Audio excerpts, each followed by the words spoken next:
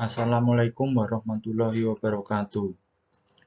Di sini kami dari kelompok 1 akan mempresentasikan materi yang berjudul Individual Behavior and Difference yang disusun oleh saya Johan Munardi dan teman saya Iza Salsabila, lalu Dewi Anggraini, juga Fitra Ningrum Andini, dan Dava Alfian. Selanjutnya bagian 1, kerangka perilaku individu. Lingkungan, individu, perilaku, dan hasilnya. Seperti yang juga ditunjukkan gambar di atas, perilaku dan hasil berfungsi sebagai umpan balik bagi orang tersebut dan lingkungan. Gambar di atas merupakan contoh variabel relevan yang mempengaruhi perilaku manusia, karena perhatian kita diberikan pada 3 variabel psikologis utama, yaitu persepsi, sikap, dan kepribadian. Selanjutnya perbedaan individu. Yang pertama, kemampuan, yaitu sifat biologis atau terpelajar yang memungkinkan seseorang melakukan sesuatu secara mental atau fisik. Yang kedua, ada keterampilan, yaitu kompetensi yang berhubungan dengan tugas. Ketiga, analisis pekerjaan, yaitu digunakan untuk mengambil beberapa tebakan dari pekerjaan yang cocok dengan masyarakat, mendefinisikan dan mempelajari pekerjaan dalam hal perilaku, menentukan pendidikan dan pelatihan yang diperlukan untuk melakukan pekerjaan dengan sukses. Selanjutnya demografi. Di antara klasifikasi demografis yang paling penting yaitu pertama jenis kelamin, kedua ras, ketiga keragaman budaya. Selanjutnya ada contoh kemampuan mental. Yang pertama ada fleksibilitas, kedua kelancaran, ketiga pemikiran induktif, keempat memori asosiatif, kelima rentang memori, keenam fasilitas nomor, ketujuh kecepatan perseptual, 8 pemikiran deduktif, 9 orientasi spasial dan visualisasi, 10 pemahaman verba. Selanjutnya contoh keterampilan fisik. Yang pertama kekuatan dinamis, kedua fleksibilitas yang luas, ketiga koordinasi tubuh kasar, keempat equilibrium tubuh kasar, kelima daya tahan. Selanjutnya akan dipresentasikan oleh teman saya. Saya akan melanjutkan presentasi dari teman saya. Selanjutnya ada variabel psikologis individu. Yang pertama ada persepsi. Persepsi didasarkan pada 5 panca indera. Yang pertama, melihat, menyentuh, pendengaran, rasa, dan bau. Persepsi juga membantu individu untuk memilih, mengatur, dan menyimpan serta menafsirkan rangsangan menjadi gambaran dunia yang bermakna dan koherensi. Selanjutnya ada stereotip. Stereotip merupakan keyakinan yang terlalu umum dan terlalu disederhanakan tentang karakteristik pribadi seseorang. Faktor situasional, kebutuhan, dan emosi juga dapat memengaruhi ketepatan persepsi. Selanjutnya ada atribusi. Atribusi merupakan proses memahami penyebab perilaku dan hasil. Atribusi disposisional merupakan penekanan kepada beberapa aspek individu seperti kemampuan, keterampilan, atau motivasi internal. Atribusi situasional menekankan efek lingkungan pada perilaku. Dalam upaya untuk memutuskan apakah suatu perilaku harus dikaitkan dengan situasi, Kelly mengusulkan untuk menggunakan 3 kriteria. Yang pertama, konsensus, kekhasan, dan yang ketiga, konsistensi. Selanjutnya ada sikap. Sikap merupakan perasaan positif atau negatif dan kondisi mental serta kesiapan yang dipelajari dan diatur melalui pengalaman yang memberikan pengaruh tertentu dalam menanggapi orang, objek, dan situasi. Komponen-komponen sikap yang pertama mempengaruhi pengertian serta tingkah laku. Selanjutnya ada disonansi kognitif. Disonansi kognitif adalah keadaan mental atau kecemasan yang terjadi ketika ada konflik di antara individu setelah keputusan dibuat. Selanjutnya ada implementasi organisasi. Yang pertama, membantu menjelaskan pilihan yang dibuat seseorang dengan sikap yang tidak konsisten. Yang kedua, membantu memprediksi kecenderungan seseorang untuk mengubah sikap.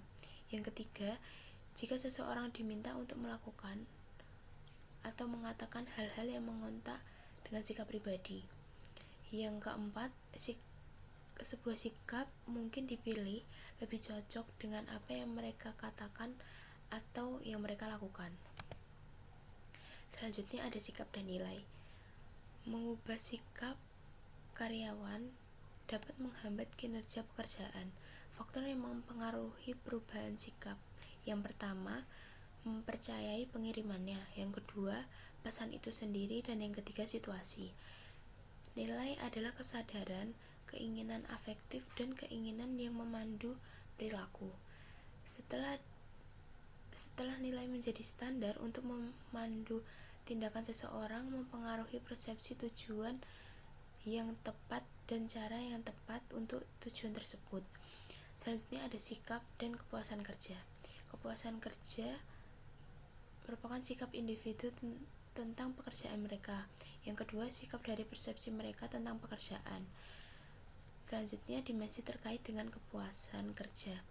Yang pertama, membayar, peluang promosi, pengawasan, rekan kerja, serta pekerjaan. Selanjutnya akan dilanjutkan oleh teman saya.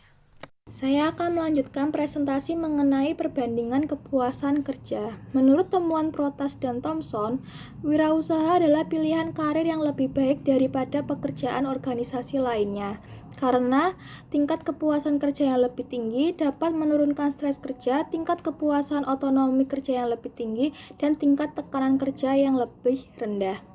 Kebanyakan bisnis di negara maju berorientasi pada layanan, sehingga hanya pelanggan yang puas yang akan kembali. Karyawan yang puas meningkatkan kepuasan dan loyalitas pelanggan, dan kepuasan kerja serta kepuasan pelanggan mengalir ke dua arah. Pelanggan yang tidak sopan dan tidak bahagia dapat menyebabkan karyawan tidak puas. Selanjutnya, mengenai kepribadian. Karakteristik, kecenderungan, dan temperamen menentukan kesamaan dan perbedaan dalam perilaku seseorang. Kepribadian dipengaruhi oleh beberapa faktor. Yang pertama, faktor keturunan, faktor budaya, kelas sosial, dan kekuatan keanggotaan kelompok lainnya, serta keluarga dan lingkungan. Mekanisme pertahanan ego. Ada beberapa mekanisme pertahanan ego. Yang pertama, rasionalisasi, identifikasi, kompensasi, penyangkalan, realitas. Selanjutnya mengenai teori kepribadian. Ada beberapa teori kepribadian. Yang pertama, teori kepribadian sifat, yaitu predisposisi mengarahkan perilaku individu dalam pola yang konsisten. Yang kedua, ada teori kepribadian psikodinamik, yaitu pendekatan Freudian dan penekanan pada faktor penentu perilaku bawah sadar. Yang terakhir, teori kepribadian humanistik, yaitu penekanan pada pertumbuhan dan aktualisasi diri. Selanjutnya, mengenai mengukur kepribadian.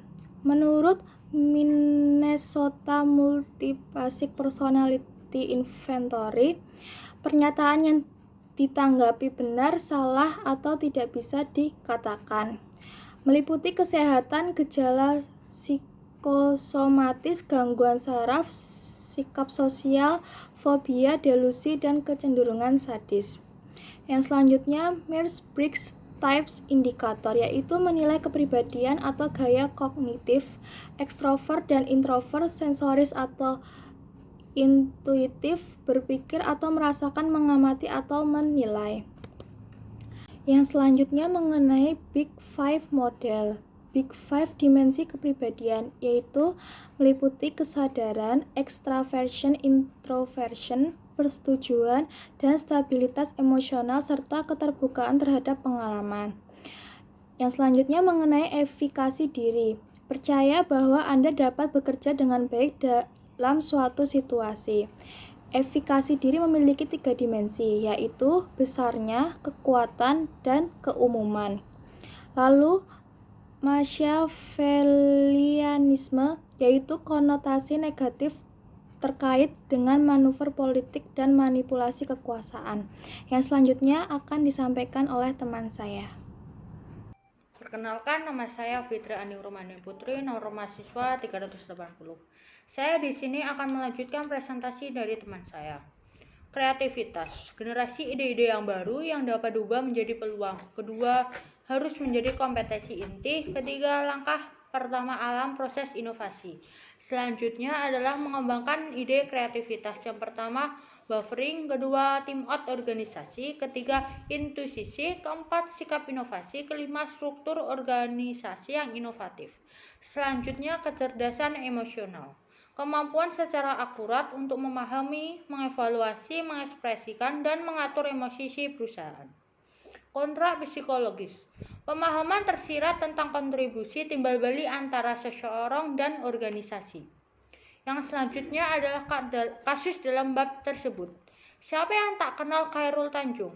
Salah seorang konglomerat Indonesia. Khairul Tanjung memimpin gurita bisnis di bawah bendera Khairul Tanjung Group. Berasal dari keluarga sederhana.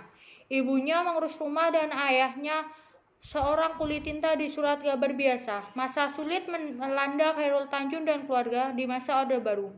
Saat itu keluarganya bangkrut dan terpaksa menjual seluruh aset yang dimiliki. Puncaknya, orang tua Khairul Tanjung tidak sanggup membayar biaya kuliah Khairul Tanjung yang saat itu diterima di Fakultas Kedokteran Gigi Universitas Indonesia.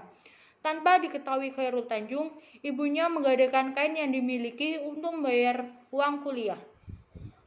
Setelah mengetahui hal itu, Khairul Tanjung yang melihat pengorbanan sang ibu berjanji tidak ingin lagi menjadi beban orang tuanya. Tekad bulat Khairul Tanjung diwujudkan dengan merintis berbagai usaha.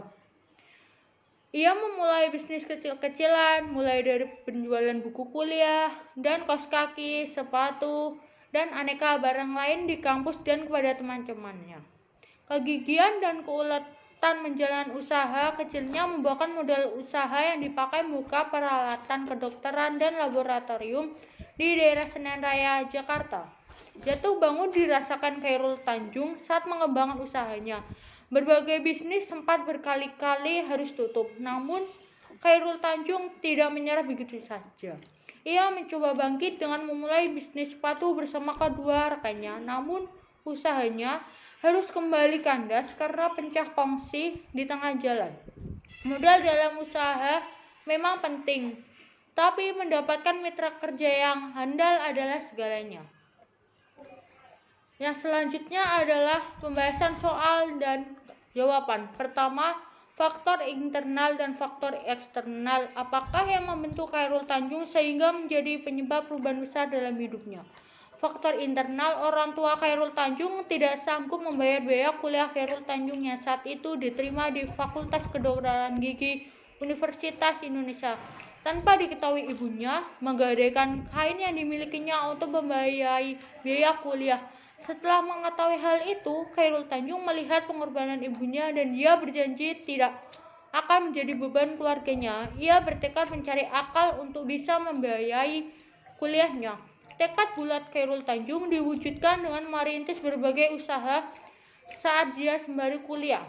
Ia memulai bisnis kecil-kecilan, mulai berjualan buku kuliah, kaos kaki, sepatu, dan aneka barang lain di kampus dan kepada teman-temannya. Kegigihan dan keuletan menjalankan usaha kecilnya membulatkan modal usaha yang dipakai membuka toko peralatan kedokteran dan laboratorium.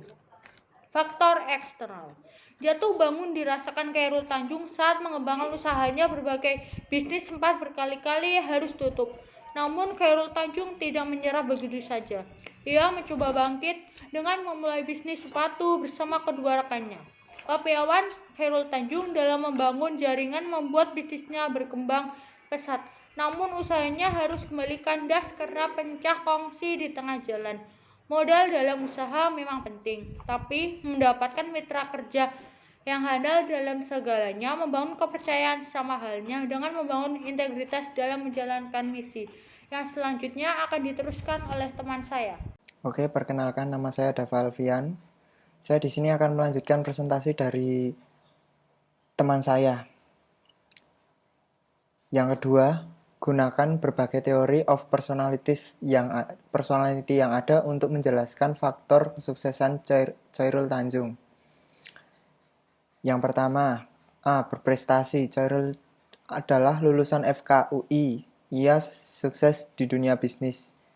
Yang kedua, B. Bekerja lebih keras dari orang lain. Ingat, tidak ada usaha yang mengkhianati hasil. Tidak ada kesuksesan yang instan, semua melalui proses yang panjang dan sulit. Bekerja 2/3 kali lebih banyak dari orang lain karena tanpa bekerja keras semuanya adalah omong kosong. Yang ketiga, C. Cari pemicu yang membuat tetap semangat bekerja. Memulai adalah sesuatu yang sulit dan menciptakan uang pertama kali itu adalah sesuatu yang luar biasa. Mendapatkan uang pertama itu walaupun kecil, nikmatnya luar biasa. Itu juga bisa jadi pemicu untuk mendapatkan uang-uang lanjutan yang jumlahnya jauh lebih besar. Yang terakhir, D. Yang keempat, konsisten dan pantang menyerah.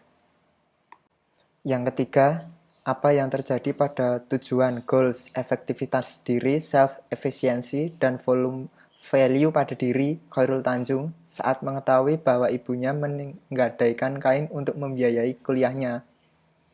Jawab, yang dilakukan Khairul Tanjung saat mengetahui ibunya adalah berjanji tidak ingin lagi menjadi beban orang tuanya.